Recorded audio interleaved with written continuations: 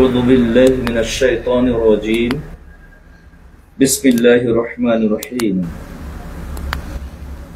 وقل ربي أدخلني مدخل صدق وأخرجني مخرج صدق واجعل لي من لدنك سلطانا نصيرا الحمد لله শুরুতে আবারও আমরা সেই মহান স্রষ্টা রব্বুল আলামিনের নিমিত্তে প্রশংসা জ্ঞাপন করছি, যার অশেষ অনুগ্রহে হজ ব্রত পালন করতে এসে মক্কাতুল মুকাররমায় অবস্থান করছি। দরুদ এবং সালাম বিশ্বনবী মুহাম্মদ সাল্লাল্লাহু আলাইহি ওয়াসাল্লামের প্রতি অযুত ধারায় বর্ষিত হোক, যার অনুকরণ এবং অনুসরণ ব্যতীত নাজাত অনিশ্চিত। সাথে সাথে পৃথিবীর তামাম মুসলিম মুসলিমাত মুমিন মুমিনাত যারা আমরা বেঁচে আছি এবং যারা আমাদের মাঝ থেকে চিরবিদায় গ্রহণ করেছেন, তাদের উপর আল্লাহর করুণা ধারা বর্ষিত হোক, আমরা বলি আমিন। বিশ্বনবী মুহাম্মদ সাল্লাল্লাহু আলাইহি সাল্লাম বলেছেন, মান আরাদাল্লাহু বিহি খায়রান ইউফাক্কিহু ফিদ্দীন। আল্লাহ রাব্বুল আলামিন যার কল্যাণ চান তাকে দ্বীনের জ্ঞান, দ্বীনের বুঝ দান করেন।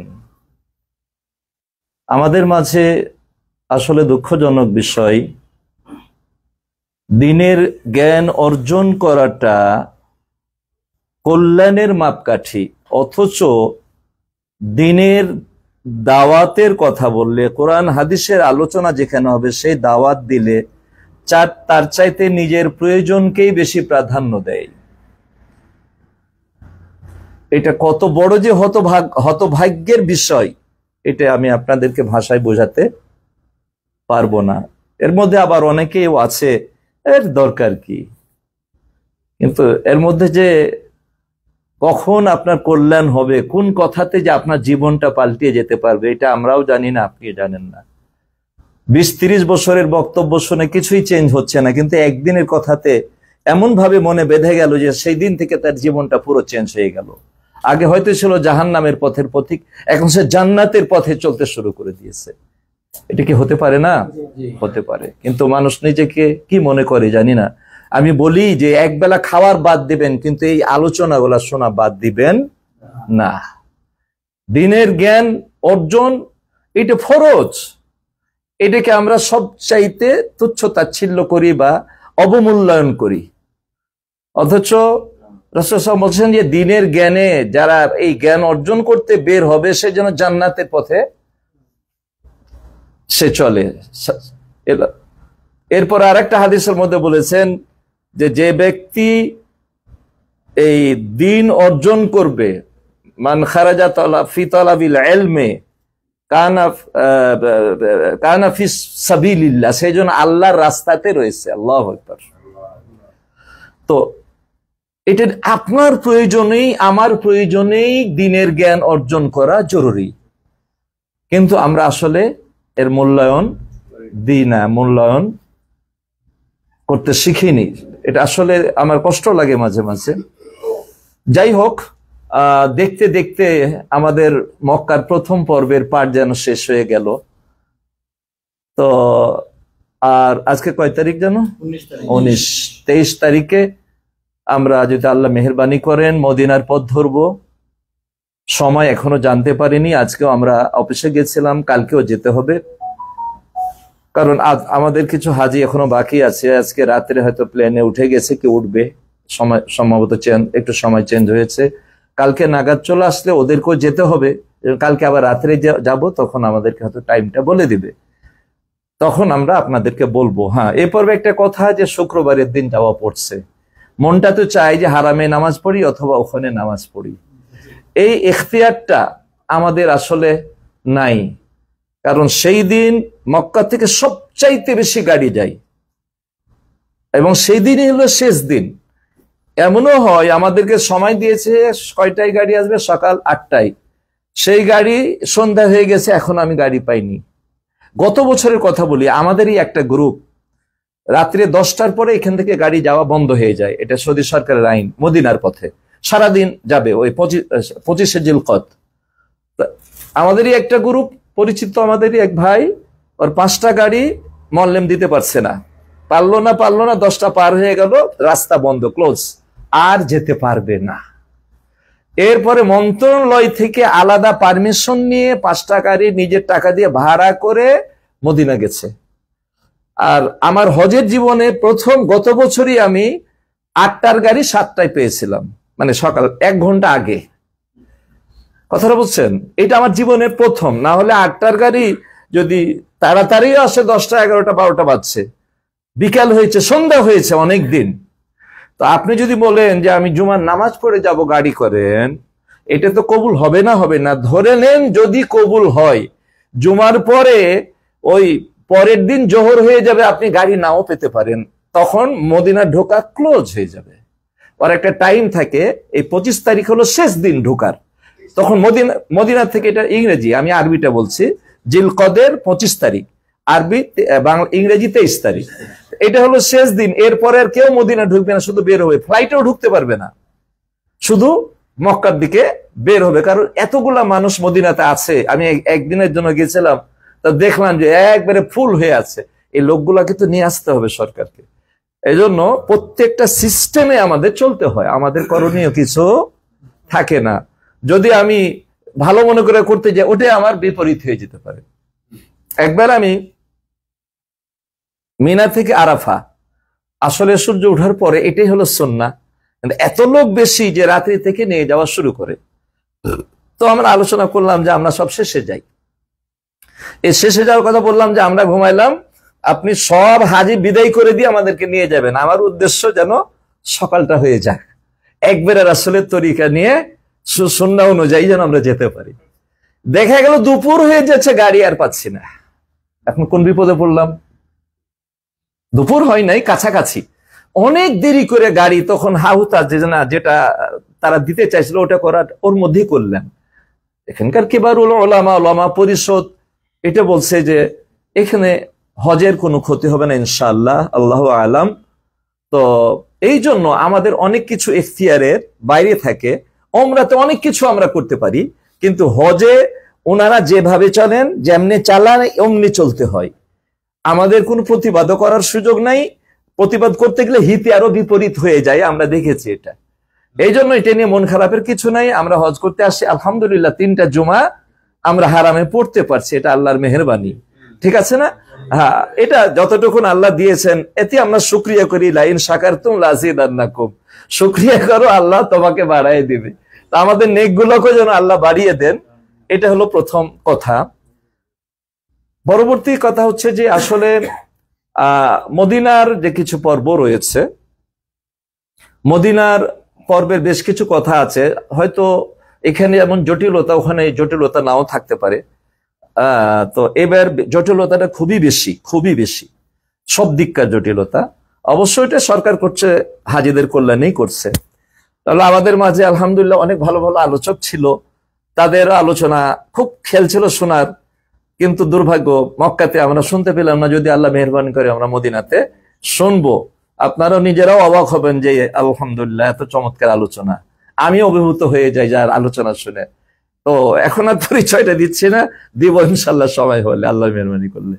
তো যাই হোক, আমরা অত্যন্ত গুরুত্বপূর্ণ কিছু খুবই সংক্ষিপ্ত ভাবে বলবো। তো আমাদের গাড়ির টাইমটা যখন পাবো, কালকে হয়তো পেলে আমরা জানাবো আপনাকে। টাইম যদি সকাল 8টায় দেয়, 8টাতেই হোটেল ছেড়ে দিতে হবে। গাড়ি যদিও 12টায় আসে, 4 ঘন্টা কোথায় থাকবেন, কষ্টের বিষয় না, কিন্তু আপনাকে হোটেল ছেড়ে দিতে হবে। দুপুরের পর আরেকটা গ্রুপ ঢুকবে, একবারে মাপা।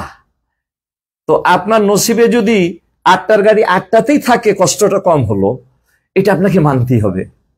আর 8টার গাড়ি যদি 12টায় আসে, তবুও না মেনে কোনো উপায় নাই, কারণ ওই জায়গাতে আমাদের হাত নাই। এমনও হয় গাড়ি সময় মতো ছাড়ছে, কিন্তু হাজার গাড়ি সেদিন যাবে যানজটে, এক জায়গাতেই 3 ঘন্টা 5 ঘন্টা গাড়ি আটকে বসে থাকছে। কি করবেন? এটা আপনি যতই কষ্ট হোক আপনার, এটাকে স্বাভাবিক ধরে নিতে হবে, যে আল্লাহকে বলতে হবে যে আল্লাহ সেই দিন তুমি আমাদের কষ্টটা দূর করে দিও, আমাদের যাওয়াটা খুব যেন সহজ হয়ে যায়, আল্লাহর কাছে বলতে হবে। যেটাই হয় আল্লাহর পক্ষ থেকেই হয়। আপনার যদি কোনো কষ্ট পেতে হয় তো সেটাও আপনার কপালে লিখা যতটুকু না ততটুকুন আপনি কষ্ট পেতেই হবে। আর যেটুকুন আপনি মানে আপনার কল্যাণকর বিষয় হয় তো অতটুকুনি আপনার কল্যাণ হবে যতটুকুন আপনার নসিবে আল্লাহ লিখে রেখেছেন। আমার চেষ্টাতেও কাজ হবে না, তাই বলে আমরা চেষ্টা করব না তা না, আমাদের চেষ্টা আমরা করবো। আমরা হাই হ্যালো করতেই থাকবো, গাড়ি কই গাড়ি কই, গাড়ি পাঠান, দেরি হয়ে গেল, আমার হাজিরা কষ্ট পাচ্ছে, এটাতে অসুবিধা নাই। কিন্তু যতটুকুন কষ্ট পাওয়ার এটাকে আপনাকে মেনে নিতে হবে। এটাই হলো তকদিরের উপর ইমান। আমাদের ইমানের কি রকম কয়টা? 6টা না? তার মধ্যে একটা তকদিরের উপর ইমান। আপনার তকদিরে যা আছে এটা ঘটবেই, এটা আপনার ঘটবেই, এটার বিকল্প কিছু নাই। আর এটা ঘটবেই মানে কি, আমরা অনেক সময় এটা ভুল বুঝি যে আল্লাহ লিখেছেন তাই এটা ঘটছে। বিষয়টা এটা না, আমরা তকদির বুঝতে ভুল করি। তকদির উপর আমার ইউটিউবে একটা আলোচনা আছে, আলহামদুলিল্লাহ, একটা না 2টা বক্তব্য আছে সুন্দর। তো আপনি কখন কি করবেন আপনার জন্মের 50,000 বছর আগেই আপনার এটা ফাইনাল হয়ে গেছে।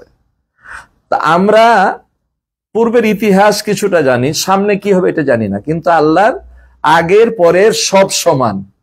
আপনি কি করবেন, এই কোন সালে হজে আসবেন, কোন জায়গায় কি কষ্ট পাবেন, কোন জায়গায় কষ্ট পাবেন না, এটা সব আল্লাহ জানেন, ওটাই লিখে রেখেছেন, ওটাই আপনার তকদির।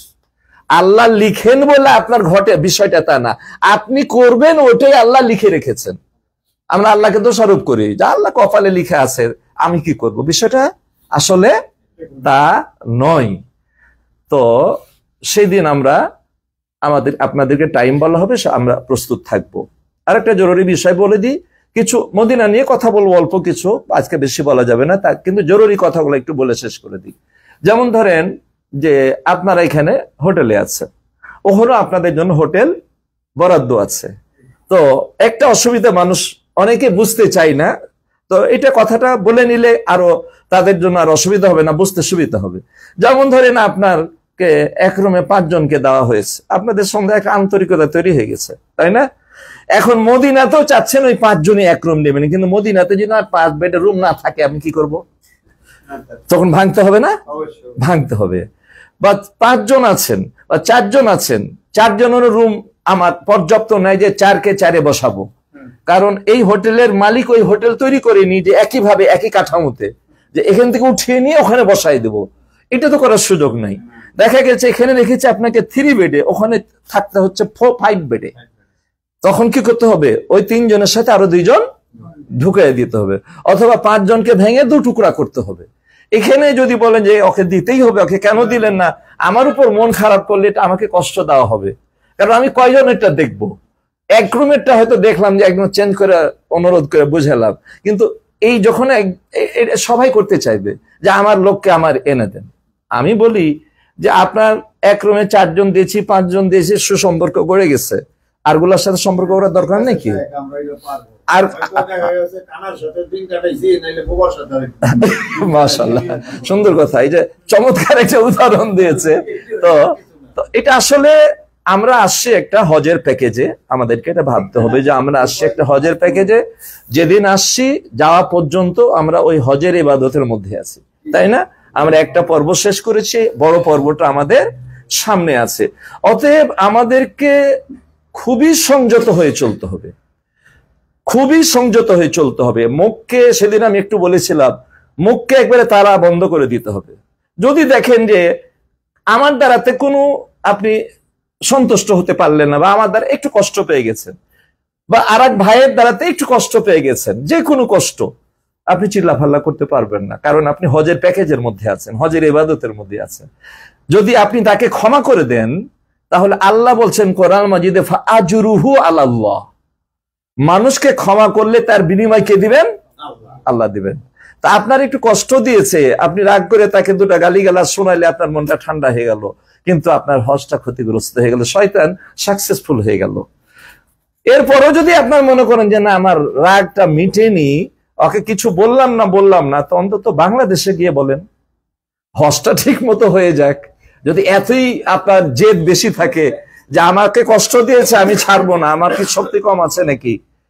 হয় এর বিনিময়ে আল্লাহর কাছ থেকে নেবেন, আর যদি বলেন যে না আমি তার প্রতিশোধ নিবই, তো জাযাউ সাইয়্যাতিন সাইয়্যাতুন বিমিসলিহা, কেউ যদি কারো কোনো ক্ষতি করে অতটুকুন ক্ষতি সে করতে পারবে, কিন্তু হজের মৌসুমে না।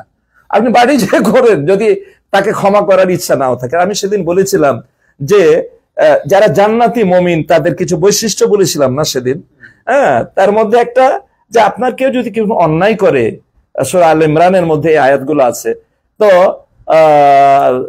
আপনাকে কি করতে, ফাফু আনহুম, প্রথমে তাকে ক্ষমা করে দেন, ওয়াস্তাগফির লাহুম, শুধু ক্ষমা করলে হবে না, ও যে আপনার সাথে একটু বেয়াদবি করেছে বা অন্যায় করেছে, আল্লাহ যেন তাকে ক্ষমা করে, তার জন্য আল্লাহর কাছে ক্ষমা চাইতে বলছে। কারা এটা? যারা জান্নাতে যেতে চায় তারা পারবে, তাদের জন্য সহজ।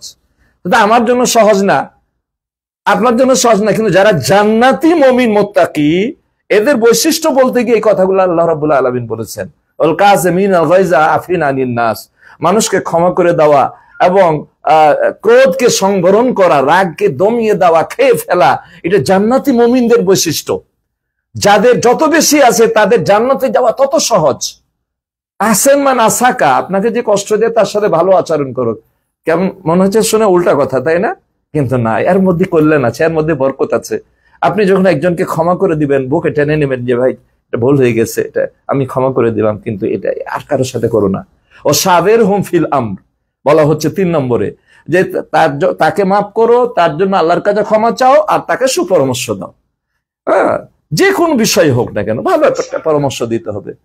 তো সম্মানিত উপস্থিতি, তাই আমি সেদিন আপনাকে হজ্জে মাবরুরের কিছু বৈশিষ্ট্য বলেছিলাম। আমিও চাই যে আমার প্রত্যেকটা হাজির হজ যেন হজ্জে মাবরুর হয়।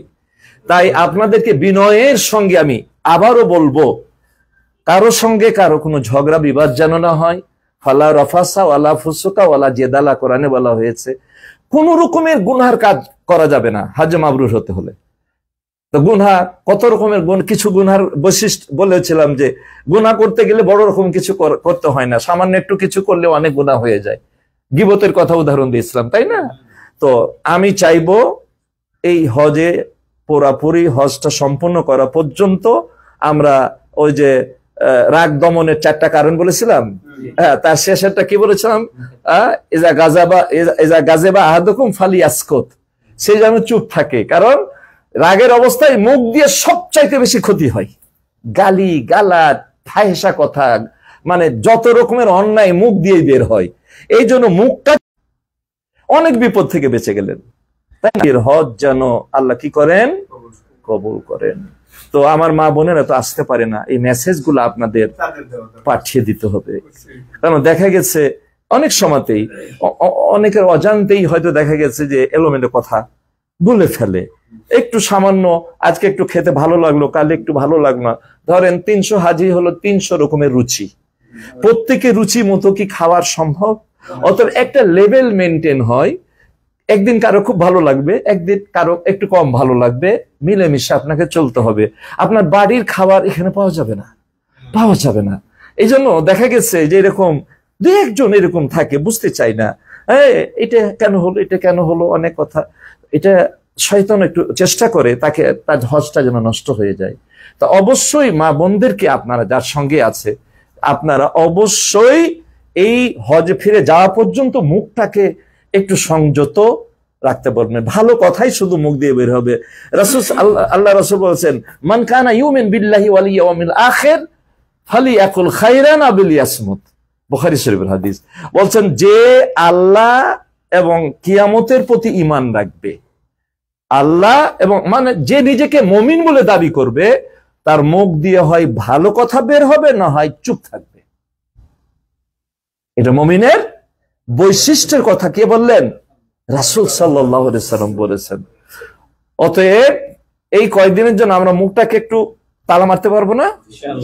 ইনশাআল্লাহ। আল্লাহ যেন আমাদের সবাইকে তৌফিক দেন, আল্লাহ যেন আমাদের সবাইকে তৌফিক দেন। যে কোনো প্রয়োজন বা যে কোনো সমস্যা হলে সরাসরি দায়িত্বশীলদেরকে, যেমন আমাকে পেলেন না, আমার দায়িত্বশীল আছে, তাকে বললেন যে এটা একটু দরকার বা এটা আমার একটু প্রয়োজন, তাই না? অন্যের সামনে নয় যে খুঁজছি পাচ্ছি না, কারো সমালোচনা করা যাবে না। সমালোচনা মানে অন্যের সমালোচনা করাটাই হলো গীবত। অতএব খুবই সংযত থাকতে হবে, শয়তান যেন কোনো ক্রমেই আমাদের হজকে ত্রুটিযুক্ত করতে না পারে। আল্লাহ রাব্বুল আলামিন যেন আমাদের তৌফিক দান করেন। তাহলে আমরা যাওয়ার সময় বলবো, যাওয়ার দিন গাড়ি আসতে বিলম্ব হতে পারে, সময় মতো আসতে পারে, নসিব ভালো থাকে, যদি গত বছরের মতো নসিব হয় তাহলে একটু আগেও আসতে পারে। যেটাই হোক আমরা আমাদের তকদিরকে মেনে নিব। কি ইনশাআল্লাহ রাজি আছি তো? আলহামদুলিল্লাহ, আলহামদুলিল্লাহ। পরে আলোচনা শেষে প্রশ্ন পর্ব আমি দিব আপনাদের সময়, তখন আমি করবো। তো এটা হলো হোটেলের ব্যাপারে বললাম। হ্যাঁ, আর একটা বিষয় একটু জানিয়ে রাখি, যেমন খাবার, মক্কার খাবার এক বাবুর্চির, মদিনার খাবার আর এক বাবুর্চির। হয়তো এটা যতটি ভালো লাগলো ওটা নাও লাগতে পারে, আবার এটা হয়তো এর চাইতে ওটা ভালো লাগতে পারে। তো এটা কি আমার কোনো হাত আছে? না, বাবুর্চি একই না, তাই না? আরে নিজের বউয়ের পাক একরকম হয় না প্রতিদিন, তো আলাদা বাবুর্চির পাকটা একরকম নাও হতে পারে। এখানকার মেনু একরকম হতে পারে, ওখানকার মেনু আর রকম। মক্কার পাট আলাদা, মদিনার পাট আলাদা। এটা বলার সুযোগ নাই যে মক্কাতে এইভাবে পাইছি, মদিনাতে কেন পাচ্ছি না, বা মদিনাতে এটা পেলাম মক্কায় কেন পাইনি, এগুলো বলার কোনো সুযোগ নাই। আপনাকে ভাবতে হবে, আপনি যখন মায়ের পেটে 4 মাসের, 340-এ কত হয়? 4 মাস। তখন আপনার 4টা জিনিস ফাইনাল করে দেওয়া হয়।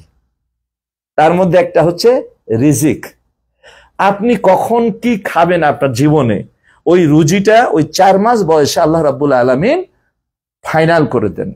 তিনি তকদিরের বিষয়টা কয়েকবারই তিনি করেন। তার মধ্যে ওই 4 মাস বয়সে একটা তো তকদির লেখা হয়েছে আপনার জন্মের 50,000 বছর আগে, তাই না?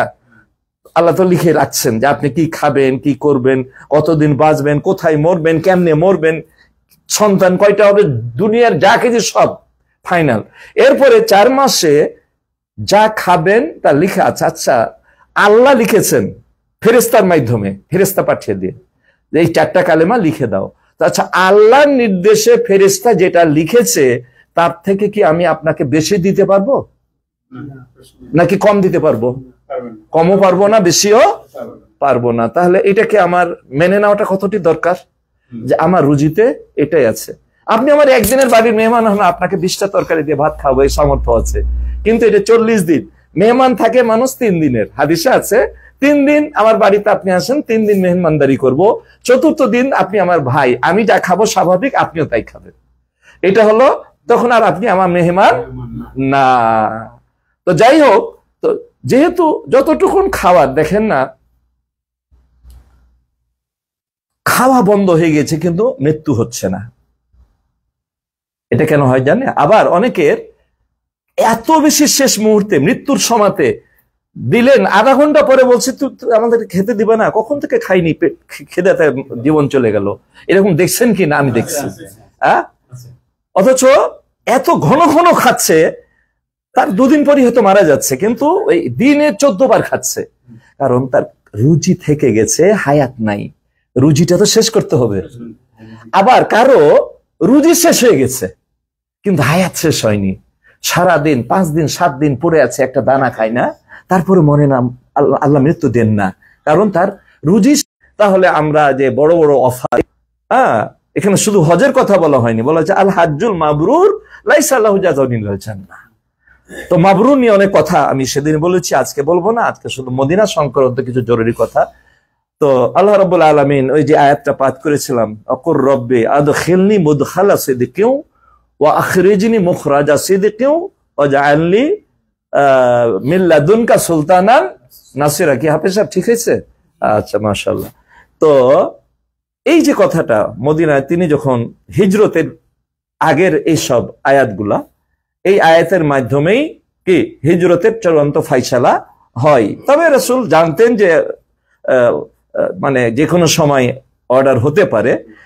তো আল্লাহ রাসূল দোয়া করলেন আল্লাহর কাছে যে আল্লাহ তুমি আমাকে এমন জায়গাতে প্রবিষ্ট করাও যেটা সত্যের মাপকাঠি, অর্থাৎ যেখানে গেলে আমার কল্যাণ হবে, আর এমন জায়গা থেকে বের করো যে বের করাটা আমার জন্য কল্যাণকর হয়। এর ভাব অর্থটা এটাই। তো হিজরত হয়ে গেল, সেই মদিনাতে আমরা যাব, আল্লাহ যদি মেহেরবানি করেন। কখন? যেহেতু ঘন ঘন আলোচনা করার সুযোগ হচ্ছে না, এই জন্য হালকা একটু মদিনার পর্ব দুই একটা কথা, জরুরি কথা গেলে একটু বলে রাখি। তো প্রথম কথা হলো যে মদিনা যে পাঠটা, এটা কিন্তু হজের কোনো অংশ না। আমরা এটা জেনে রাখি প্রথমে, মদিনার পাঠ হজের কোনো অংশ না। কেউ হজ করতে এসে যদি মদিনা না যায়, হজের কোনো ক্ষতি হবে না। কিন্তু শুধু সুদূর থেকে মদিনার একটা হাদিস আছে, ফজিলত লা তুসাদ্দু রিহাল ইল্লা ইলা সালাসাতি মাসাজিদা। আপনারা শুনেছেন যে 3টা মসজিদ ছাড়া নেকির উদ্দেশ্যে সফর করা যায় না, তার মধ্যে মসজিদে নববী, আর যেখানে 1 রাকাত নামাজ পড়লে কত, 1000 রাকাত। আল্লাহু আকবার। তো এই উদ্দেশ্যে আপনি মদিনা যেতে পারবেন, তাই না? তো বাংলাদেশ থেকে শুধু মদিনা জিয়ারতের জন্য, অর্থাৎ মসজিদে নববী জিয়ারতের জন্য কয়জন আসতে পারি আমরা? সাধারণত আসতে পারি না। তো হজে যখন আসি তখন এই সুযোগটা আর ছাড়ি না আমরা। কথাটা বুঝা গেছে? তো আমরা এই জন্য হজের সাথে মদিনার পাঠটা লাগিয়ে দিয়েছি, কিন্তু আসলে মদিনা যাওয়াটা হজের কোনো অংশ নয়। তো আল্লাহ রাব্বুল আলামিন যেন আমাদের সফরটাকে সুন্দর করেন। সবকিছুই আল্লাহর কাছে চাইতে হবে, তিনি ভালো মন্দের সবকিছুর উপর থেকে, তাই না? সবকিছু আল্লাহর কাছে চাইতে হবে, আল্লাহ তুমি সহজ করে দিও আমাদের মদিনার সফরটাকে। তো আমরা এই মদিনা যখন আমরা চলে গেলাম, আমরা কি করব? মদিনাতে প্রথমে সময় সাপেক্ষে নামাজের সমাহিত নামাজ, সেখানে আমরা বেশি বেশি করে নামাজ পড়বো। আর হ্যাঁ, এই সাথে আরো কিছু কথা আছে, এটা শেষ করে দিয়ে বাকি কথাগুলো বলি। তো এই মদিনাতে আমরা যাই, যখন আমরা মদিনা চলে গেলাম তখন আমাদের 4টা জায়গা জিয়ারত করা, ওটা সরাসরি বৈধ ছিল না, আমাদের এখন শরীয়ত সম্মত হয়ে গেছে। নেকির উদ্দেশ্যে মসজিদে নববী, হারাম আর বাইতুল মুকাদ্দাস, এই 4টা জায়গা 3টা জায়গা ছাড়া যাওয়া যাবে না। কিন্তু মদিনা যখন আমি চলে যাব মসজিদে নববীর উদ্দেশ্য নিয়ে, তখন আমার আরো 4টা জায়গা জিয়ারত করা আপনার আমার জন্য শরীয়ত সম্মত। কিন্তু ডাইরেক্ট ওটার জন্য যদি আপনি যেতেন তাহলে এটা শরীয়ত সম্মত হতো না। যেমন প্রথম রাসূলের কবর জিয়ারত, আপনি শুনে অবাক হয়ে যাবেন, বলে কি রাসূলের কবর জিয়ারত করা শরীয়ত সম্মত না? হ্যাঁ, আপনি বাংলাদেশ থেকে রাসূলের কবর জিয়ারত করতে যাবেন, এটা শরীয়ত সম্মত না। তাহলে রাসূলের কবর জিয়ারত করতে যদি শরীয়ত সম্মত না হয়, তাহলে আজমিরে যাওয়াটা ওদের শরীয়ত সম্মত? হ্যাঁ, শাহজালালের কবর, শাহপরান, দুনিয়াতে কেউ নাই, আমরা তো তা করি, শিরকের মধ্যে ডুবে থাকি। যাক, ওটা আর একটা চ্যাপ্টার, ওদিকে আর বলবো না। তো আপনাদের শুনে অবাক লাগলেও এটাই সত্য যে আপনি বাংলাদেশ থেকে রাসূলের কবরের জিয়ারতের উদ্দেশ্যে আপনি বের হতে পারবেন না, এটা নেকি হবে না। কিন্তু যখন মদিনা চলে গেছি, হ্যাঁ, এখন একটা কথা বললেন যে হুজুরের যে বলে, হুজুরে তো অনেক কিছুই বলে। হ্যাঁ হ্যাঁ, তো 2 নম্বরই কি খালি পণ্যের মধ্যে ঢুকেছে, সোয়াবিন তেলে ঢুকেছে, না ইসলামের মধ্যে 2 নম্বরই ঢুকে গেছে। এই জন্য যাচাই বাছাই করে এখন আমাদেরকে মানতে হবে। আপনাদেরকে আমি বলি 2-1টা হাদিস, যে রাসূলের কবর জিয়ারতের ব্যাপারে অনেকগুলো হাদিস আছে। এই হাদিসগুলোর মধ্যে অধিকাংশ হাদিসই হলো জাহালা জয়ীফ, সহি হাদিস নাই। যেমন মান হাজ্জা ওয়ালাম ইয়াজুরনি ফাকাদ জাফানি, যে ব্যক্তি হজ করলো কিন্তু আমার কবর জিয়ারত করলো না, সেজন্য আমার সাথে খারাপ ব্যবহার করলো, রূঢ়তা প্রদর্শন করলো। জাল হাদিস, জানলাম মানে কি, মিথ্যা হাদিস। কথাটা বুঝছেন? আচ্ছা, আরেকটা হাদিস বলি, মান জারানি বাদা মামাতি ফাকান্নামা জারানি ফি হায়াতি, যে ব্যক্তি আমার মৃত্যুর পরে আমার জিয়ারত করলো, সেজন্য আমার জীবিত অবস্থায় আমার সঙ্গে জিয়ারত করলো। এটাও জাল হাদিস। আর একটা সবচেয়ে বেশি প্রচলিত হাদিস বলি, মান জারা কাবরি ওয়াজাবাত লাহু শাফাআতি, যে ব্যক্তি আমার কবর জিয়ারত করবে তার জন্য আমার শাফাত সুপারিশ করা ওয়াজিব হয়ে যাবে। এটা মিথ্যা হাদিস। আর বলা দরকার আছে? 3টা বললাম। তো এই রাসূলের কবর জিয়ারতের ব্যাপারে যত হাদিস আছে, দুর্ভাগ্য, আমরা পোড়া কপাল যে বাংলাদেশের অধিকাংশ আলেম হাদিসের সহি জয়ীফ বুঝে না। হাদিস 4 প্রকার, এই কথাটা অনেক আলেম জানে না, অনেক ইমাম জানে না।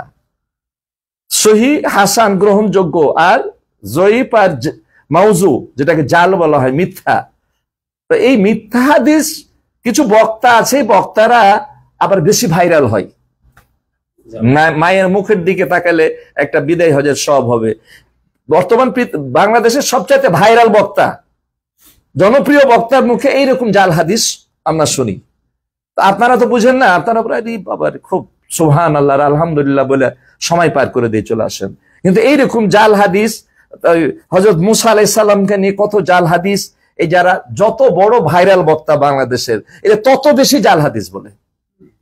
আর অধিকাংশই আলেমেরা হাদিসের প্রকার ভেদ এখনো তারা জানে না। এটা দুর্ভাগ্য আমাদের বাংলাদেশের আলেমদের জন্য। আপনি যদি মসজিদের ইমামদের আপনি জরিপ করেন, তো অর্ধেকের বেশি পাবেন জাল জয়ীফ বুঝে না। আরে হাদিস কি আবার জাল হয় নাকি? এরা বলে হাদিস কি আবার জয়ীফ হয় নাকি, জাল হয় নাকি, এই কথাটা বলে। আমি শুনে অবাক লাগে। এদের সম্পর্কে কি মন্তব্য করা উচিত। যাই হোক, আমি ওদিকে যাব না। আমি যেটা আপনাদেরকে বলছি, যে আমি যখন মদিনা চলে গেলাম, 4টা জায়গা আপনার জিয়ারত করা বৈধ হয়ে গেল, যেটা সরাসরি করা বৈধ না। প্রথমটা কি? রাসূলের কবর জিয়ারত, পাশে আবু বকর, ওমর রাদিয়াল্লাহু তাআলা আনহুর কবর জিয়ারত আপনি করতে পারবেন। তো এই জিয়ারতের যখন সময় হবে আপনাদের, তখন আপনারা যাবেন, কি বলবেন? ওখানে গিয়েও মানুষ শিরিক করে, রাসূলের কাছে চাই, ইয়া রাসূলুল্লাহ, ইয়া রাসূলুল্লাহ বলাই যাবে না, ইয়া রাসূলুল্লাহ বলা যাবে না। এটা জীবিত অবস্থার শব্দ ছিল, এখন বলা যাবে না। কি হবে? অন্যদিকে চলে যাবে, শিরকের গন্ধের দিকে চলে যাবে, এটা বলাই যাবে না। তো কি বলবেন? আসসালামু আলাইকা ইয়া রাসূলুল্লাহ, না ওই সময়টাতে বলবেন। কিন্তু অন্য জায়গা থেকে ইয়া রাসূলুল্লাহ এটা দেন, এটা দেন, আমি আসি, এই অনেক রকম এইটা।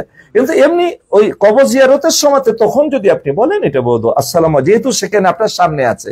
ইয়া শব্দটা কার সামনে? মুখাতাব, যে হাজির থাকে। তো যেহেতু কবরটা হাজির, এই জন্য ওই জায়গাটাতে এই শব্দটা ব্যবহার করে যায় যাচ্ছে। আসসালামু আলাইকা ইয়া রাসূলুল্লাহ, আসসালামু আলাইকা ইয়া আবু বকর, আসসালামু আলাইকা ইয়া ওমর ইবনে খাত্তাব, এইভাবে সংক্ষিপ্ত ভাবে। আরো অন্যান্য শব্দ দিয়ে সালাম পৌঁছানোর বিষয় রয়েছে, এই সংক্ষিপ্ত এটা করাটাই বেশি ভালো। আবার অনেকে একটা ভুল করে, একটা না দুইটা ভুলের কথা বলি, যেটা বাংলাদেশের 90% কি 95% লোক এই ভুলটা করে। রাসূলের কবরকে বলে রাউজা, বলে রাসূলের রওজাতে আমার সালাম, রাসূলের রওজাতে আমার সালামটা একটু পৌঁছাই দিও। এটা 2 নম্বর ভুল।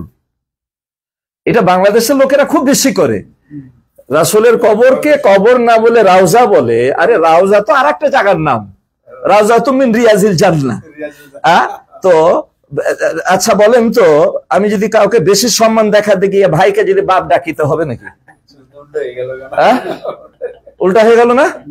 তো রাউজা হলো একটা জায়গা, সেটা রাসূল বলেছেন যে মেম্বারি বাইতি ও মেম্বারি বাইনাহুমা রাওযাতুম মিন রিয়াজিল জান্নাহ, সহিহ হাদিস। ওখানে আমরা যাই 2 রাকাত নামাজ পড়ার চেষ্টা করি যদি নসিবে থাকে। তো এইটা হলো রাউজা, কিন্তু রাসূলের কবরকে বলে রাউজা। এটা 1 নম্বরে ডাহা ভুল, ডাহা মিথ্যা কথা। কথাটা বুঝছেন?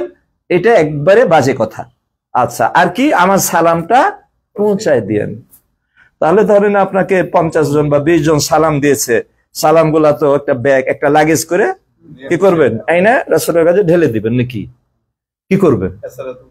এছাড়া তো উপায় নাই। এত জনের সালাম আপনার মনে থাকার কথা না, একটা বস্তা করে রাসূলের কাছে ঢেলে দিবেন। আচ্ছা, এটা করা ভালো? আচ্ছা বলেন তো, আল্লাহ বলছেন ইন্না লিল্লাহি মালাইকাতান সাইয়্যাহিনা ইউবাল্লিগুনি মিনকুমুস সালাম। বলছে যে আল্লাহর কিছু ভ্রাম্যমান ফেরেশতা রয়েছে, যারা আমরা বাংলাদেশে বসে যখন রাসূলের নামে সালাম পাঠাবো, দরুদ পড়বো, এই দরুদ আর সালাম গুলা নিয়ে রাসূলের কাছে পৌঁছে দেন। তো ফেরেশতার মাধ্যমে পাঠা ভালো নাকি মানুষের মাধ্যমে পাঠা ভালো? হ্যাঁ বলেন, ফেরেশতার মাধ্যমে পাঠো। তাহলে আপনি এটা বলারই অপেক্ষা নাই যে আমার সালামটা রাসূলের কাছে রওজাতে, আবার রওজায় পৌঁছে দেন, রাসূলের রওজায়। রওজা এক ভুল, আর এই সালাম পাঠানোর পদ্ধতিটা আর একটা ভুল, ডবল ভুল। এটা করা যাবে না, আপনি পৃথিবীর যে কোনো প্রান্তে আপনি সালাম করবেন, আল্লাহর পক্ষ থেকে লক্ষ লক্ষ ফেরেশতা এটাকে নিয়ে রাসূলের কাছে পৌঁছে দেওয়ার জন্য ভ্রাম্যমান ফেরেশতা রেডি আছে, তৈরি রয়েছে। তো ফেরেশতা বাদ দিয়ে আপনি এই গুনাহগার মানুষকে বলবেন যে আমার সালাম পাঠিয়ে দাও, এটা করা যাবে না। আচ্ছা, তাহলে আমরা যখন মদিনা গেলাম তখন 4টা কাজ আমাদের জন্য শরীয়ত সম্মত। প্রথম কাজ হলো কি বলে দিলাম, রাসূলের কবর জিয়ারত, আবু বকর ওমরের কবর রাদিয়াল্লাহু তাআলা কবর জিয়ারত। 2 নম্বর কি বাকিয়া গারকাদ, এখানে একটা শিয়াদের চক্রান্ত, আমরা কি বলি জান্নাতুল বাকি। জান্নাত পাইলেন কই? জান্নাত পাইলেন কই আপনি? এটা না আছে হাদিসে, না আছে কোরআনে, না আছে সাহাবা ইকরামদের কোন জবানিতে, কারো শব্দ নাই। এটা কাদের তৈরি জানেন? শিয়াদের। শিয়ারা বহু কিছু আপনারা আমার মধ্যে ঢুকিয়ে দিয়েছে। আমরা শিয়া নয়, কিন্তু শিয়াদের মহব্বত ছাড়তে পারি না। এই যে আমাদের নামের আগে, এটা একটা চক্রান্ত। হোসেন আলী, আলী হোসেন, কানিজ ফাতেমা, এই যে কিছু শব্দগুলা, এইগুলা শিয়াদের চক্রান্ত। ওই যে জান্নাতুল মুআল্লা, এটা যেটা, এটা মাকবারাতুল মুআল্লা। মুআল্লা মানে একটু উঁচা জায়গা, এটা উঁচা জায়গা। মা খাদিজাতুল কুবরার কবর আছে, আরো কারো কারো কবর আছে, সেটা ভিন্ন হিসাব। কিন্তু এটাকে জান্নাত বানিয়ে দিয়েছে কারা? শিয়ারা। তো এই কবরে আপনার যদি দাফন করা হয় আর আপনার আমল না হয়, আপনি কি জান্নাতে যেতে পারবেন? আমাদের ভাই আব্দুর রাজ্জাক বিন ইউসুফ ভাই বলেন, আরে তোমার যদি কাবা ঘরের নিচেও দাফন করা হয় আর আমল যদি না থাকে, তুমি জান্নাত যেতে পারবা না। কথা বুঝছেন? তো আমল নিয়ে যদি আপনি কবরে যেতে পারেন, আপনার জন্য করলেন। যাই হোক, মাকবারাতুল মুআল্লা, সরি বাকিয়া গারকাদ, যেটা কোরআন হাদিসের ভাষা, এখানে প্রায় 10,000-এর অধিক সাহাবী, আনুমানিক, এটা আনুমানিক সাহাবীর সেখানে কবর রয়েছে। জান্নাতুল বাকি মদিনাতে আপনি দেখতে পাবেন, এটা হবে পূর্ব পশ্চিম, পূর্ব দিকে।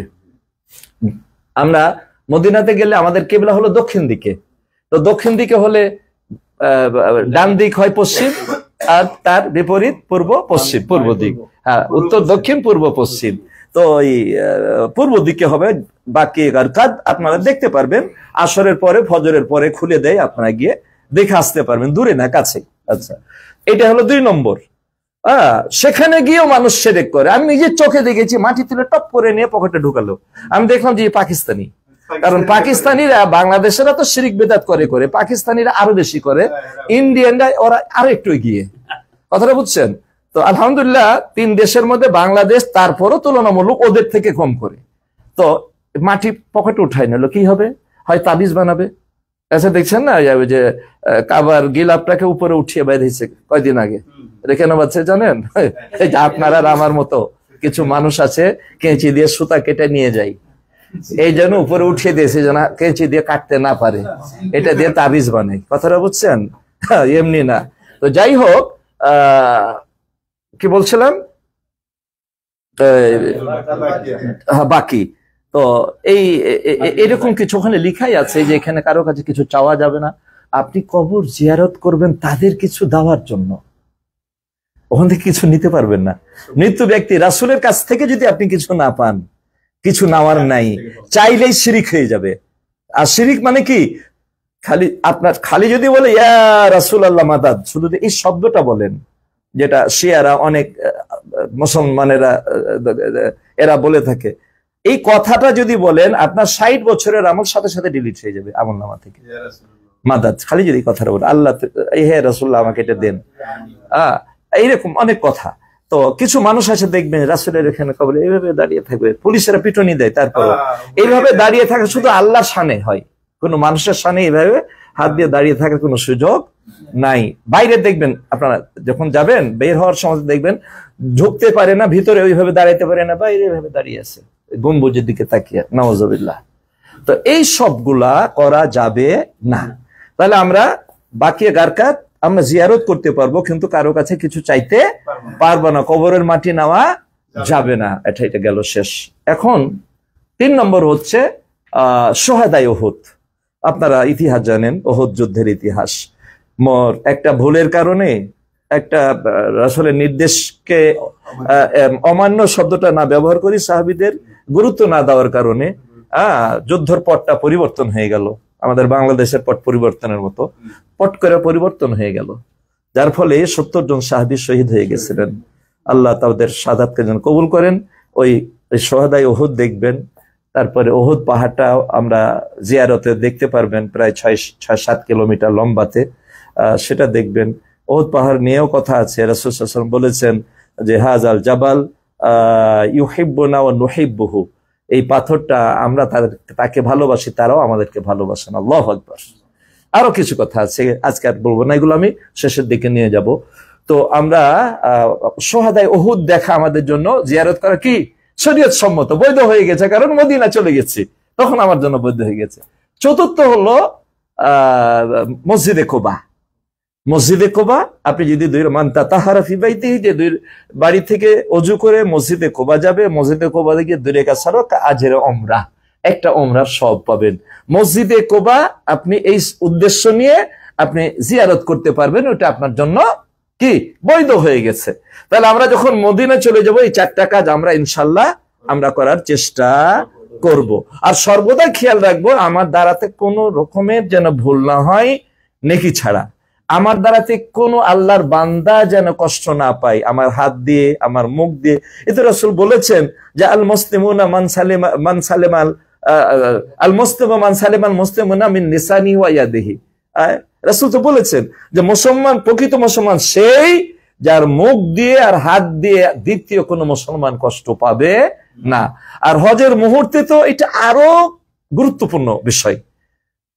তো এই 4টা কাজ আমাদের করতে হবে। এরপরে কিবলাতাইন মসজিদ আমরা যাব, দুই কিবলার মসজিদ বলা হয় এখানে। সালমা, বানু সালমা গোত্র এই জায়গাটা, যার ফলে এখানে মসজিদে বানু সালমাও বলা হয়, বানি সালমা। আবার এটাকে 2 কিবলার মসজিদ বলা হয়। কেন? এখানে রাসূল সাল্লাল্লাহু আলাইহি ওয়াসাল্লাম একজনকে দেখতে গেছিলেন, একজন কে দেখতে গিয়ে জোহরের সালাতের সময় হলো, জোহরের নামাজ হলো। রাসূল সাল্লাল্লাহু আলাইহি ওয়াসাল্লাম মদিনা হিজরত পরে 16 বা 17 মাস তিনি বাইতুল মুকাদ্দাসের দিকে মুখ করে সালাত আদায়, জানেন ইতিহাস আপনারা। তো ওই জোহরের রক্তে কিন্তু রাসূল সাল্লাল্লাহু আলাইহি ওয়াসাল্লাম ইচ্ছা যে আমাদের বাপ দাদার কেবলা কাবা যদি আমার কেবলা হতো তাহলে না কতই না ভালো হতো। খালি আসমানের দিকে তাকিয়ে থাকতেন, আল্লাহর হুকুম নিয়ে, আল্লাহর নির্দেশ নিয়ে জিবরিল কখন বলবে যে তুমি এখন বাইতুল্লাহর দিকে মুখ করে নামাজ পড়ো। আল্লাহু আকবার। খালি আসমানের দিকে। তা আল্লাহ কোরআনের মধ্যে বলছে কাদ নারা তাকাল্লুবা ওয়াজহাকা ফিস সামা, আসমানের দিকে চেয়ে থাকাটা আল্লাহ দেখেছেন। অতএব ফাওয়াল্লি ওয়াজহাকা শাতরাল মসজিদিল হারাম, এখন আর বাইতুল্লাহর দিকে না। 2 রাকাত নামাজ হয়েছে জোহরের, আর 2 রাকাত বাকি আছে, বলছে যে মুখ ঘুরাও বাইতুল্লাহর দিকে। আল্লাহু আকবার। একই নামাজে দুই কেবলার দিকে মুখের, এই জন্য বলা হচ্ছে কেবলাতাইন। বাংলাতে এক বচন বহু বচন, ইংরেজিতে এক বচন বহু বচন, কিন্তু আরবিতে 3টা, এক বচন, 2 বচন, বহু বচন। কেবলাতুন, কেবলাতাইনে, বহু। ঠিক আছে, এই 2 কেবলার মসজিদ, এটা আমরা ইনশাল্লাহ দেখতে যাব। তো আমি আজকে আর বেশি কথা বলবো না, যে সমস্ত পরামর্শগুলো দিলাম, কি এটা কি আমার নিজের কল্যাণ নাকি আপনাদের ভালো? আমি চাই আপনাদের কল্যাণ চাই। সবসময় আমরা একটা কথা বলি যে আমরা রাসূলের দেয়া হজ করতে চাই, কারণ হজ্জে মাবরুরের দ্বিতীয় যে শর্তটা সেটা হলো যে রাসূলের তরিকায় হতে হবে। আর রাসূল বারবার বলেছেন খুযু আন্নী মানাসিকাকুম, তোমরা আমার কাছ থেকে হজের নিয়ম নীতি শিখে নাও। নিয়ম মিনা, মুজদালিফা, আরাফা, এই কথাটা যে কতবার তিনি বলেছেন, কারণ তিনি কারণও দর্শিয়ে দিয়েছেন যে আমার মনে হয় না যে আমি এই জায়গাতে আগামী বছর দ্বিতীয়বার তোমাদের সাথে হজ করতে পারবো, কারণ তিনি ইঙ্গিত পেয়ে গেছিলেন। যার ফলে বারবার এই কথাটা বলছেন, আমার তরিকায় হজ হতে হবে। পৃথিবীর কারো তরিকার হজ হলে আপনার হজ কবুল হবে না, অন্তত হজ্জে মাবরুর হবে না। অতএব কে কি করলো দেখার দরকার নাই। আপনাকে আমি অন্য কোনো খেদমত দিয়ে সন্তুষ্ট করতে হয়তো বা পারবো না, কিন্তু এইটার সাথে কোনো আপোষ নাই যে রাসূলের হজ করাবো ইনশাআল্লাহ, আল্লাহ যদি তৌফিক দান করেন।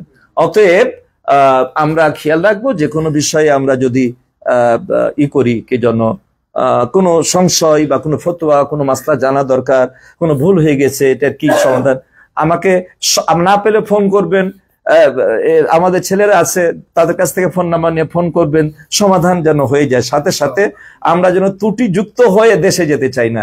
হজে মাবরুর, হজটাকে কবুল করে নিয়েই আমরা দেশে যাব। আমাদের নামটা জাহান্নামের খাতা থেকে কাটিয়েই আমরা দেশে যেতে চাই। আমরা জান্নাতি হয়েই দেশে যেতে চাই। এবং আগের হজে মাবরুরের আরেকটা লক্ষণ কি, আগের চাইতে পরের পরিবর্তন, এটা আনতেই হবে। আগে যাই করেছি, অনেক অন্যায় করেছি, শত অন্যায় করে থাকেন, ইন্নাল হাজ্জা ইয়াহদিমু মা কানা কাবলাহু, রাসূল বলেছিলেন যে হজ তোমার পূর্বের সমস্ত অপরাধকে আল্লাহ ক্ষমা করে দিবেন, আল্লাহ ধ্বংস করে দিবেন। মানে কি, আল্লাহ ক্ষমা করে দিবেন। আমাদের জীবনে কার জীবনে গুনাহ নাই বলেন? একমাত্র নিষ্পাপ রাসূল। আমি বক্তব্য দিচ্ছি, আমার জীবনে কি কোনো গুনাহ হয়নি? কত গুনাহ হয়তো হয়েছে, জেনে অজেনে কত। আপনার আমার, আমরা চোখ বন্ধ করলে নিজের অপরাধের কথা আমরা বুঝতে পারবো। কিন্তু যত অপরাধী করি না কেন, আল্লাহ তার চাইতে অনেক বেশি ক্ষমাশীল। যদি সঠিকভাবে আমরা আল্লাহর কাছে ক্ষমা চাই, আল্লাহ ক্ষমা করে দিবেন। আর যদি সঠিকভাবে তওবা করতে পারি, তাহলে একের ভিতরে দুই, ক্ষমাও করবেন আর প্রত্যেকটা গুনার বিনিময়ে একটা নেকিও। আল্লাহু আকবার। তাহলে যার বেশি গুনাহ তার বেশি নেকি হয়ে গেল, তাই না? বিষয়টা যেন এমন হয়ে যায়। আল্লাহু আকবার। এখন সময় আমরা গুনাহ করতে থাকি, দিয়ে তওবা করে নিব। তো তওবা করার সুযোগ তো নাও পেতে পারি, তাই না? ওই হিসাবে ওইটা করা যাবে না যে গুনাহ বেশি হলো নেকি বেশি। তো যাই হোক, আমরা আর একটা কথা ভুলে গেলাম, জরুরি কথা দিয়ে শেষ করে দিতে চাচ্ছি। সেটা হচ্ছে যে মদিনা, হ্যাঁ, কুরবানি নিয়ে কথা। হ্যাঁ, কুরবানি, এটা কিন্তু জরুরি কথা। কুরবানি হচ্ছে আপনারা, আমাদের 1 নম্বর প্রস্তাবনা থাকে যে ব্যাংকে 720 টাকা করে নিচ্ছে। বুথ আছে হিলটনে বা মক্কা টাওয়ারের নিচে, 2টা বুথ আছে, উপরে আছে, যে কোনো জায়গাতে দিয়ে দিবেন, আলহামদুলিল্লাহ কোনো সমস্যা নেই। মক্কা টাওয়ারে জমজমের পরে একটা, না নিচতলা তো 2টো আছে, উপরেও আছে। হ্যাঁ, তো আপনারা দিয়ে দিতে পারবেন। আর আমরা কিছু কুরবানি দিই, এটা অল্প স্বল্প, খুব বেশি না। তো কেউ কেউ হয়তো দিয়েছে, দিতে চাইলে মনে করেন আমরাও, আমাদের সাথেও দিতে পারবেন। আমরা 720 না 700 টাকা করে নিলেই হয়ে যাবে, আমাদের অসুবিধা নেই। এটা চেষ্টা করি খাওয়ানোর, যে কয়েকদিন খাওয়াই। কিন্তু এবার তো বাবুর্চি বন্ধ হয়ে গেছে, ক্যাটারিং শুরু হয়ে গেছে। তারপরে ওদেরকে অন্তত কোরবানি গুলা কয়েকটা দিয়ে, যে আমাদের গোস্ত তুমি আমাদেরকে একবেলা বা দুবেলা খাওয়াও। তো এই আর কি। আমরা কিছু করি, যেমন আমারই কিছু স্টাফ আছে, আমার নিজের বেশ কয়টা, এবং কিছু যারা একটু আন্তরিকতা আছে তারাও দিয়ে রাখছে। তো আমাকেও যদি দিতে চান 700 করে দিলেই হবে। আর যদি এতে দেন, ওটা দিয়ে ফেলিয়েন, মদিনা যাওয়ার আগেই এই পর্বটা শেষ করে দিয়েন আপনারা, ঠিক আছে? ব্যাংকের মধ্যে দিয়ে দিতে পারেন। 750 করে দিয়েছেন বোধ হয়। হ্যাঁ, আচ্ছা, যাই হোক, ওটা অসুবিধা নাই। তো যেটা দেওয়া আছে সেটা না, সেদিন আপনি যেতে চাইলে যেতে পারবে, কিন্তু সেদিন গেলে, ও সেই দিন 10 তারিখের যে কাজ শুনছেন না, ওই 10 তারিখের কাজগুলো তো আপনার বিলম্বিত হয়ে যাবে। হয়তো যেতে চাইলে আমি নিতে পারবো না তা না, নিয়ে চলে গেলাম, কিন্তু সব কাজগুলা আপনাদের বিলম্বিত হয়ে যাবে। অতএব আপনার কি বলবো, যে যাদের মানে, যেমন আমি ওখানে যদি 20টা 30টা 40টা কুরবানি দিই, হয়তো 1টা 2টা দিলাম, এরপরে দাঁড়িয়ে থাকলাম, ওরা দিয়ে দিল। আমার 10টা 20টা দরকার, ছুলাই নিয়ে, ছুলামির আবার টাকা লাগে আলাদা 30 টাকা করে, নিয়ে ওই ফ্রিজে ভর্তি করি। হজের পরে 1 দিন 2 দিন আপনাদের খাওয়াই। তো এবার যেহেতু আমাদের নিজস্ব পাক বন্ধ হয়ে গেছে, আগামীতে আরো থাকবে না, একবারে টোটালি বন্ধ হয়ে যাবে আগামী। এই হোটেলগুলো একটাও থাকবে না আগামী বছর। হজের পরেই এই সাইডটা পুরোটাই ভাঙবে, এটা চূড়ান্ত হয়ে গেছে। এবং ওই যে দাখেলার ভিতর সাইড ভাঙা হয়ে গেছে, খালি বাইরের সাইডটা খাড়ো হয়ে দাঁড়িয়ে আছে, ওইটা ভাঙবে। মানে আশেপাশে আর কোনো হোটেল থাকবে না। আমাদের সরকার প্যাকেজ দিবে, সরকারের প্যাকেজ নিতে হবে, আমাদের আর কোনো এখতিয়ার থাকবে না আগামীতে। আগামী বছর কি হবে এটা আমি বলতে পারবো না, যখন হবে তখন বলতে পারবো। ঘটনাটা এরকম। তবে দূরে হোটেল হোক, আজ যেমন ভারত পাকিস্তানের বরাবরই একটু দূরে থাকে, ওই সরকার চতুর্দিকে গাড়ি দিয়ে দিয়েছে, ঠিক আছে? এখানে হারামের পাশেই থাকতে হবে, প্রয়োজন নাই। গাড়িতে যদি আমাকে নিয়ে আসে, কারণ একটা মানুষ যেভাবে বাড়ছে, তাতে তো নামাজেরও জায়গা আরো বাড়াইতে হবে, এরকম একটা অবস্থা। তো এরকম ঘটনা ঘটবে। তো তারপরও আলহামদুলিল্লাহ এবছর যতটুকু করতে পারছি, এটা আল্লাহর ইচ্ছাতে আগামী বছর যে সিস্টেম আল্লাহ কবুল করবেন সেটাই হবে। হ্যাঁ, কিছু বলা যাবে না, তবে অনেক কিছু চেঞ্জ হবে। যেমন এই পুরো আশেপাশে কোনো হোটেল থাকবে না, সব ভেঙে ফেলবে, এই সাইডটা ভেঙে ফেলবে, আগামী বছর দেখতে পারবেন না, এই হজের পরই ভাঙা শুরু করবে। হ্যাঁ, এই সুযোগটা আর সামনে থাকবে না। তবে হ্যাঁ, মদিনাতে চতুর্দিকের যে মার্কাজিয়া, আলহামদুলিল্লাহ আপনাদের তো মার্কাজিয়াতে নিয়েছি, মার্কাজিয়াও পুরোটা ভেঙে ফেলবে, এটাও ভেঙে ফেলবে। কয় হাজার একর জায়গা নিয়ে বড় বড় বিল্ডিং তৈরি হচ্ছে মদিনাতে, ওখানে ট্রেন থাকবে, হ্যাঁ, মিনিটে মিনিটে ট্রেন থাকবে হারামে সাজাওয়ার জন্য সরকারের পক্ষ থেকে। অতএব অসুবিধা যে হবে তা হবে না, ঠিক আছে? কারণ কাছে যদি হোটেল থাকে তো মানুষ নামাজ পড়ারই তো জায়গা পাবে না, ওই যে নামাজ পড়তে পড়তে 1 কিলোমিটার দূরে চলে যায়। এবার হজের মৌসুমে আপনারা মেসফালা ব্রিজ হয়তো অনেকে দেখেছেন, মেসফালা ব্রিজ থেকে আরো 1 কিলোমিটার জামাত গেছে এবং বারবার ঘোষণা দিয়েছে আপনারা কেউ হোটেল থেকে বের হয়েন না। তো যদি হোটেল থেকে বের হয়ে হারামে যেতেই না পারলাম, তাহলে রমজানে এসে আমার সার্থকতাটা কি হলো? লাভ কি? আমি এই জন্য অনেককে নিষেধ করছি, নিজের মানুষ যারা, যে রমজানে যাওয়ার দরকার নেই, এখন আর সেই মজা নাই। হ্যাঁ, নেকি আছে, যারা হয়তো ইয়ং মানুষ কষ্ট করতে পারবে তারা গেল, কিন্তু বয়োবৃদ্ধ যারা একটু মাজুর, এদেরকে আমি বেশি করে নিষেধ করি। রমজানে ওমরাতে 2.5 কোটি লোক এই বছর রমজানে মক্কাতে মদিনাতে ঢুকেছিল, 2.5 কোটি। হজে আসবে 25 লক্ষ, এবার 20 লক্ষ আরো কমিয়ে দিয়েছে, 20 লক্ষর বেশি হবে না, আর সেখানে 2.5 কোটি। তাহলে কোন কিয়ামত চিন্তা করেন, 10 গুণ বেশি সম্মানিত বসে। তাহলে আর আজকের মধ্যে কথা বলি না, কিছু প্রশ্ন উত্তর একটু বসেন। আমার ওই যে আমার আব্দুল হাই ভাই কি যেন, তাহলে একজন প্রশ্ন করলে অন্যের জানা হয়ে যায়। বুঝলি? ও এইটা একটা জরুরি কথা বলেছেন, এটা গুরুত্বপূর্ণ কথা, এটা আমার ছুটে গেছিল। লাগেজ হলো মদিনাতে আমরা 8 দিন 9 দিন থাকবো, তাই না? মদিনাতে যতটুকুন দরকার, যেমন ধরেন আপনার হাজবেন্ড ওয়াইফ আছেন, একটা লাগেজ বা একটা হলেই চলবে, একটা নিলেন একটা রেখে দিলেন, ঠিক আছে? যার যতটুকুন দরকার ততটুকুন নিয়ে যাবেন, আর বাকিগুলা যেদিন আমরা যাব শুক্রবার ধরে নেন, তার আগের দিন আমরা একটা সময় দেবো যে আপনারা লাগেজগুলা এই জায়গাতে নামিয়ে রাখেন, আমাদের দায়িত্বে আমাদের খরচে আমরা থার্ড প্লেস যেখানে মদিনা থেকে এসে উঠবো, ওখানে একটা রুমের মধ্যে নিয়ে বন্ধ করে রেখে দেবো, আপনারা আসবেন, আপনাদের লাগেজ নিয়ে রুমে ঢুকবেন। তো এই জন্য বেশি কষ্ট করার দরকার নাই, আপনারা যতটুকুন দরকার ততটুকুন নিবেন। হ্যাঁ, কেউ যদি মনে করেন যে এহরাম আসার সময় একটা ওমরা করতে পারবেন, তাহলে অবশ্যই 1 সেট এহরামের কাপড় নিবেন, ঠিক আছে? এটা নিয়ে যাবেন, যদি শরীর পারমিট দেয় করবেন। আমি বলি যারা বয়োবৃদ্ধ বা যারা একটু মাজুর, তাদের না করাই ভালো, কারণ একদিন পরই হজের জন্য যেতে, ওইটা হলো বড় কাজ, এটারই গুরুত্ব বেশি। কারণ ওমরা তো 1টা 2টা করে সবাই আমরা করছি, তাই না? ওই ওমরা করতে গিয়ে যদি আবার অসুস্থ হয়ে পড়ে মূল হজে ক্ষতি হয়, তাহলে তো বেশি বড় ক্ষতি হয়ে গেল।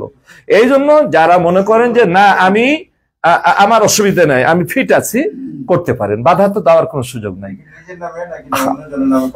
অন্য জনের নামে করতে পারবেন, মৃত্যু ব্যক্তি অথবা জীবিত মাজুর, মৃত্যু ব্যক্তির নামে অথবা জীবিত মাজুর, সে যেই হোক।